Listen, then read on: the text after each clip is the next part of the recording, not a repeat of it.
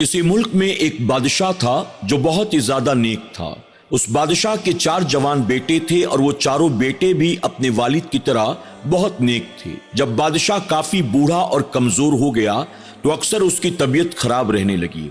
बादशाह को जब ये यकीन हो गया कि मैं अब कुछ दिनों का मेहमान रह गया हूं, तो एक मर्तबा बादशाह ने अपने गुलामों को बुलाया और हुक्म दिया कि 4 डेगे लाई जाए। 4 डेगे लाई गई। उसके बाद बादशाह के हुक्म के मुताबिक वो चारों डेगें 4 अलग अलग चीजों से भर दी जाती हैं। जब चारों डेगें भर दी गई तो बादशाह ने गुलामों को हुक्म दिया, मेरे शाही पलंग के चारों पायों के नीचे की जमीन को खोदा जाए। बादशाह के हुक्म पर उसके शाही पलंग के चारों पायों के नीचे की जमीन को खोदा गया। अब बादशाह ने कहा कि ये चारों डेगे एक एक करके एक पाए के नीचे की जमीन के नीचे दफन कर दो। अब उन डेगों को बादशाह के हुक्म पर जमीन के अंदर दफन कर दिया गया। उसके ऊपर दोबारा जमीन को बराबर करके शाही पलंग रख दिया गया। बादशाह अपने पलंग पर सवार हुआ और हुक्म दिया कि मेरे बेटों को बुलाया जाए।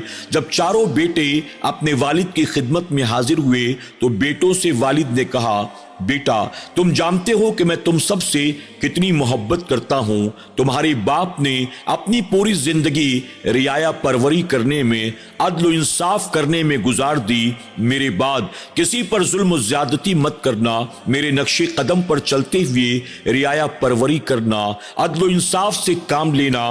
हमारी रियासत में कोई भी परेशान हाल ना हो, कोई भी मजलूम ना हो, इस बात का ख्याल रखना। चारों बेटों ने एक जबान होकर कहा, अब्बा हुजूर, आप हम पर भरोसा रखें, हम आपकी औलाद हैं, हम आपकी तरबियत याफ्ता हैं। हमने जो कुछ जिंदगी में आपको करता हुआ देखा, हम भी आपके बाद आप ही के नक्शे कदम पर चलेंगे, रियाया परवरी करेंगे, अदल इंसाफ करेंगे।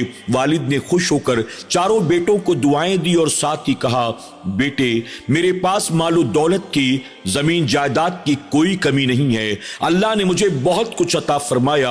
मैंने उन तमाम चीजों के 4 अलग अलग हिस्से कर दिए हैं और मुझे तुम सबको जो देना था मैंने उसे एक एक डेग के अंदर जमा कर दिया है और वो डेगे मैंने अपने पलंग के पायों के नीचे दफन कर दी हैं। अब तुम सब एक एक पाए अपनी तरफ से पसंद कर लो।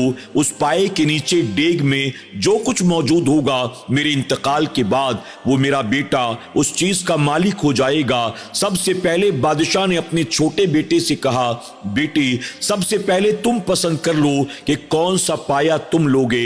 इस पर छोटा बेटा अपने वालिद के सिरहाने वाले पाए को पकड़ लेता है और कहता है कि अब्बा हुजूर, मैं यहां बैठना पसंद करूंगा ताकि हर वक्त आपका चेहरा मेरी आंखों के सामने हो। इसके बाद दूसरा बेटा दूसरे पाए को ले लेता है, फिर तीसरे और चौथे भी अपने अपने हिसाब से 2 बचे हुए पायों को ले लेते हैं। अब वो चारों बेटे हर वक्त अपने वालिद के इर्द गिर्द मौजूद रहते और चारों बेटों को यकीन हो गया कि अब हमारे वालिद साहब दुनिया से बहुत जल्द रुखसत होने वाले हैं। वालिद ने अपने बेटों से कहा, बेटा, मैंने जिंदगी भर अदल इंसाफ किया है, मरते मरते भी मैंने अदल इंसाफ ही करना पसंद किया। अल्लाह ने मुझे जो कुछ अता फरमाया मैंने बराबर बराबर के हिस्से किए हैं। तुम सब मेरे बाद मालो दौलत को लेकर, जमीन जायदाद को लेकर, मवेशियों को लेकर, खजानों को लेकर आपस में लड़ाई झगड़े मत करना। जिसकी डेग में जो निकल आए अल्लाह का शुक्र अदा करना, सब्र से काम लेना, एक दूसरे से मालो दौलत की खातिर हरगिज कभी उलझना मत। अगर मेरे बाद तुमने आपस में मालो दौलत के लिए लड़ाई झगड़ा किया तो कब्र में मुझे सुकून नहीं मिलेगा। बेटों ने एक जबान होकर कहा, अब्बा, आप जरा भी इसकी परवाह न करें, हमें मालो दौलत से नहीं एक दूसरे से मोहब्बत है, हमें आपसे मोहब्बत है। आप कभी ये ना सोचें हम मालो दौलत की खातिर एक दूसरे से कभी लड़ते झगड़ते नजर आएंगे।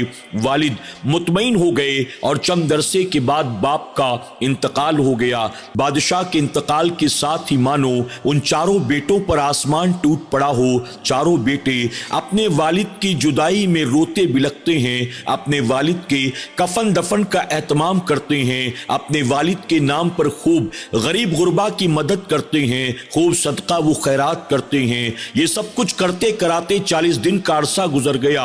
40 दिन मुकम्मल होने के बाद अब चारों भाई आपस में राय मशवरा करके ये कहते हैं, अब वालिद साहब के शाही पलंग के पायों के नीचे मौजूद जमीन को खोदकर डेगों को निकालना चाहिए और देखना चाहिए कि अब्बा हुजूर ने किसके हिस्से में क्या रखा है। चारों भाइयों ने राय मशवरा करने के बाद खुद्दाम को बुलाया, शाही पलंग को हटाया गया। उसके बाद चारों पायों के नीचे की जमीन को खोदा जाता है।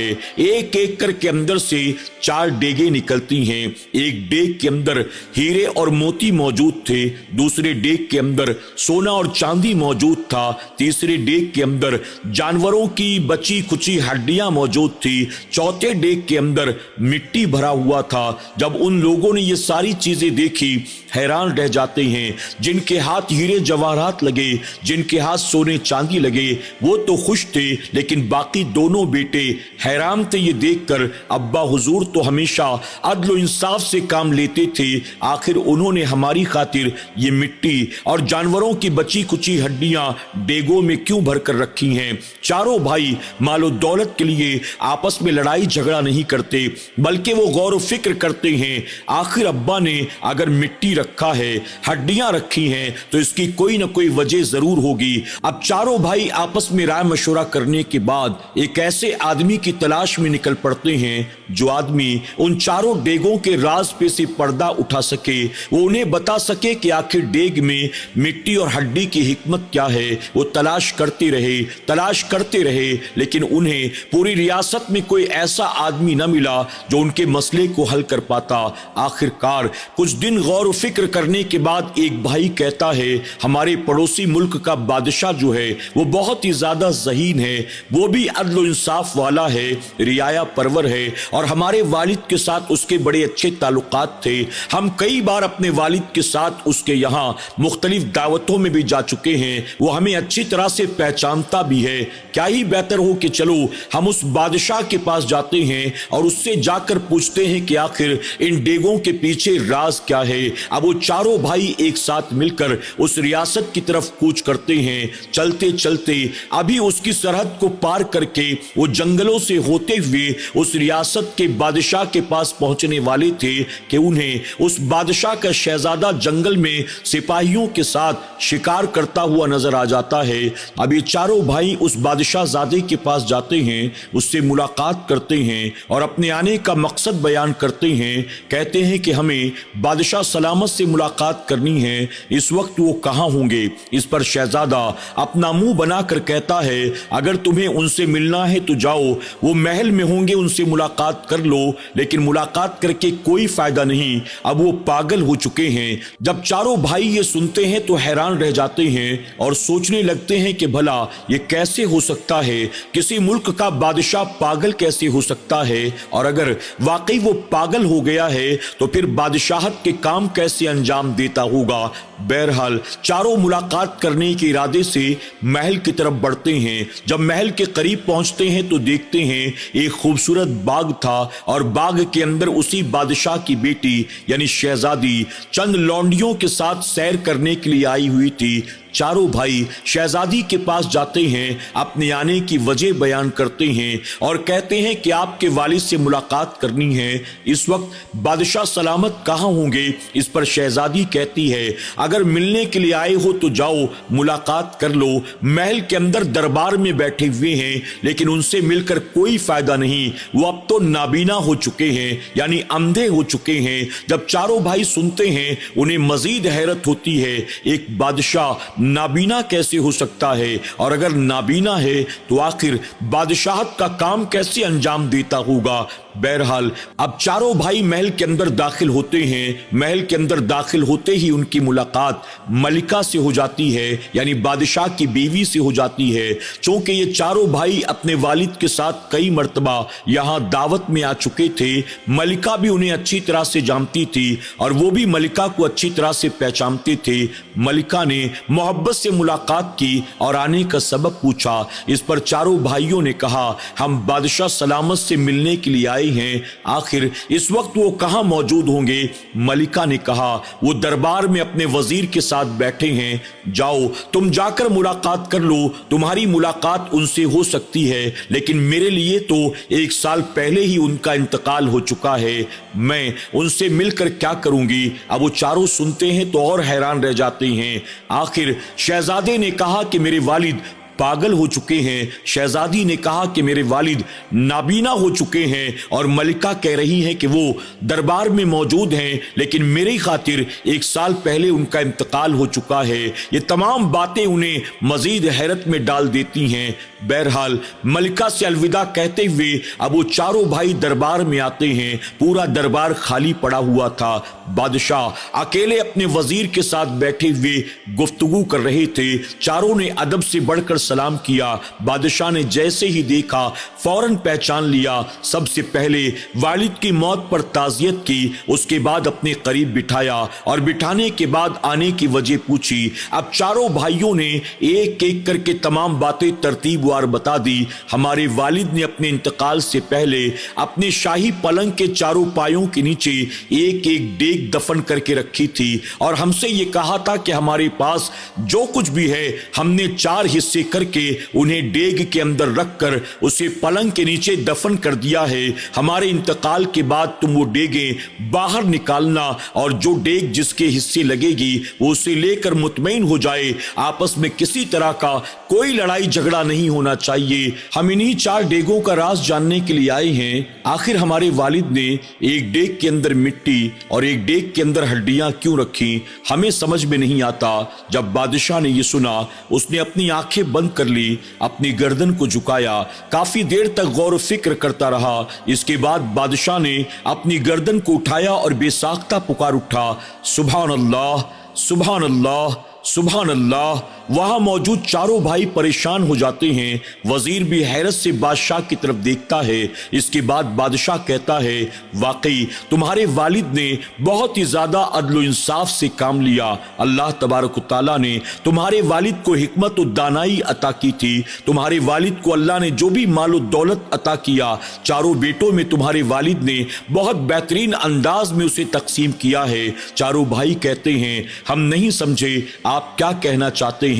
इस पर बादशाह कहता है, एक भाई के हिस्से में हीरे जवाहरात आए हैं, एक भाई के हिस्से में सोना चांदी आया है, जिसके हिस्से वाली डेग में मिट्टी भरी हुई थी। इससे मुराद ये है कि तुम्हारे वालिद अपने पीछे जितनी जमीनें छोड़कर गए हैं वो सारी जमीनें जो हैं वो उसकी होंगी, और जिसके हिस्से में हड्डियों वाली डेग आई है, इससे मुराद ये है कि तुम्हारे वालिद अपने पीछे जो जानवर छोड़कर गए हैं, चाहे वो दूध देने वाले हों, चाहे वो मेहनत मजदूरी करने वाले हों, चाहे वो अस्तबल के घोड़े हों, हाथी हों, ये सब के सब जानवर जो हैं वो उसके हिस्से में आएंगे। सुभान अल्लाह। जब चारों भाई सुनते हैं हैरान रह जाते हैं। वाकई हमारे वालिद ने कितनी हिकमत और दानाई के साथ सारे तरके को हम चारों में तकसीम कर दिया। वो चारों भाई अल्लाह का भी शुक्र अदा करते हैं, बादशाह का भी शुक्र अदा करते हैं। उसके बाद जाने की इजाजत तलब करते हैं। बादशाह उन्हें दुआएं देता है और कहता है,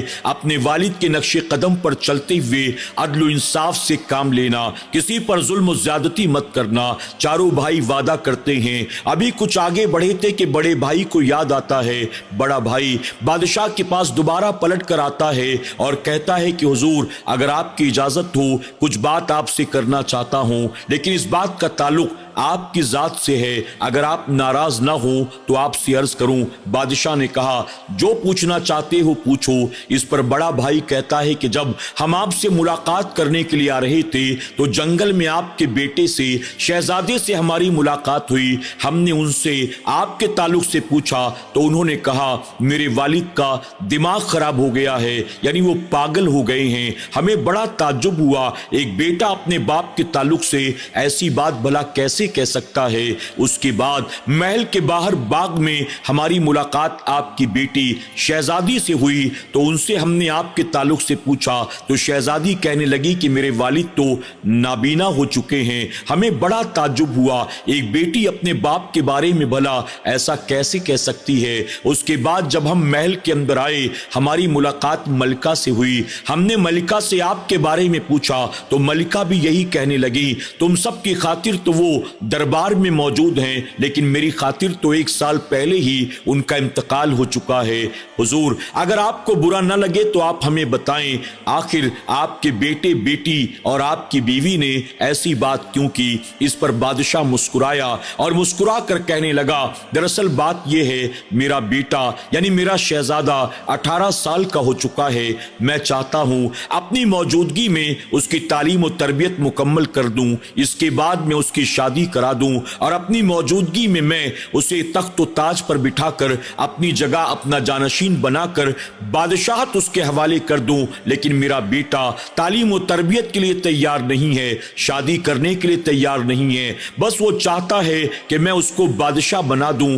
آخر ہتھیلی میں رائی اگانے وہ چلا ہے اور میں اس کام میں اس کی مدد نہیں کرتا، یہی وجہ ہے کہ وہ مجھے پاگل سمجھتا ہے، مجھ سے ناراض رہتا ہے، مجھ سے بدتمیزی کرتا ہے۔ اور جہاں تک بات شہزادی کی ہے تم نے خود دیکھا ہوگا کہ شہزادی بھی جوان ہو چکی ہے، اس کی تعلیم و تربیت تو مکمل ہو چکی ہے، ہم اس کی خاطر ایک بہترین رشتہ تلاش کر رہے ہیں۔ اب تک کئی بادشاہ زادوں کو دیکھ لیا، کئی دولت مندوں کو دیکھ لیا، لیکن ہمیں اپنی بیٹی کے لیے کوئی بھی مناسب رشتہ پسند نہیں آتا۔ یہی وجہ ہے کہ میری بیٹی یہ کہتی ہے میرے والد تو اندھے ہو گئے ہیں، انہیں میری خاطر کوئی شوہر ہی نہیں ملتا۔ میری بیٹی چاہتی ہے کہ جلد سے جلد میں اس کا نکاح کرا دوں، لیکن جب تک کوئی مناسب لڑکا نہیں ملتا میں اپنی بیٹی کا نکاح بھلا کیسے کرا سکتا ہوں؟ یہی وجہ ہے کہ وہ بھی مجھ سے ناراض رہتی ہے۔ اور جہاں تک میری ملکہ کا سوال ہے تو دراصل بات یہ ہے 1 سال پہلے میں اکثر اپنا وقت اپنے بیوی بچوں کے ساتھ گزارتا تھا، ان کے ساتھ سیر و تفریح کے لیے چلا جاتا، ان کے ساتھ ہی کھاتا پیتا تھا، لیکن میں نے یہ محسوس کیا چونکہ دربار میں زیادہ وقت نہیں دیتا، اس وجہ سے میری ریاست میں بدنظمی پھیلنا شروع ہو چکی ہے، لوگوں پر ظلم ہو رہا ہے، کمزوروں کو دبایا جا رہا ہے، کسانوں سے زمیندار من کی مرضی کے مطابق پیسے وصول کرتے ہیں، غریبوں یتیموں بیواؤں پر ظلم کیا جا رہا ہے۔ جب میں نے یہ ساری چیزیں دیکھی میں نے اپنے بیوی بچوں کے ساتھ اٹھنا بیٹھنا کھانا پینا سیر و تفریح پر جانا بند کر دیا اور میں اکثر وقت دربار میں گزارتا ہوں، دن بھر لوگوں کے مقدمے سنتا ہوں، رعایا پروری کی فکر کرتا ہوں، عدل و انصاف کرتا ہوں، جس کی وجہ سے میری بیوی مجھ سے ناراض ہے۔ پہلے جو میں وقت دیا کرتا تھا اب وہ وقت میں اسے نہیں دیتا تو ظاہر ہے بیوی ہے ناراض تو ہوگی، اسی لیے میری بیوی نے کہا کہ اس کی خاطر 1 سال پہلے ہی میرا انتقال ہو چکا ہے۔ چاروں بھائیوں کو اب یہ بات بھی اچھی طرح سے سمجھ میں آ گئی۔ اس کے بعد چاروں بھائی اجازت لے کر دوبارہ اس بادشاہ کے محل سے نکلتے ہیں، اپنی ریاست کی طرف چل پڑتے ہیں۔ سبحان اللہ۔ ناظرین اکرام، امید کرتے ہیں کہ آج کا یہ واقعہ آپ کو ضرور پسند آیا ہوگا۔ آج کے اس واقعے سے خاص طور پر اس عقل مند بادشاہ کے حکمت و دانائی سے آپ نے کیا سیکھا اور دوسرے بادشاہ کے عدل و انصاف سے، اس کی حکمت بری باتوں سے آپ نے کیا سیکھا؟ کمنٹ باکس میں جا کر ضرور کمنٹ کریں اور کہانی پسند آنے کی صورت میں اسے اپنے دوست احباب کے ساتھ شیئر کرنا نہ بھولیں۔ اللہ رب العزت کی بارگاہ میں دعا ہے کہ میرا کریم ہم سب کو رزق حلال کمانے، رزق حلال کھانے، ایک دوسرے کا حق ادا کرنے، عقل و شعور سے کام لینے، غور و فکر کرنے کی توفیق عطا فرمائے۔ آمین یا رب العالمین۔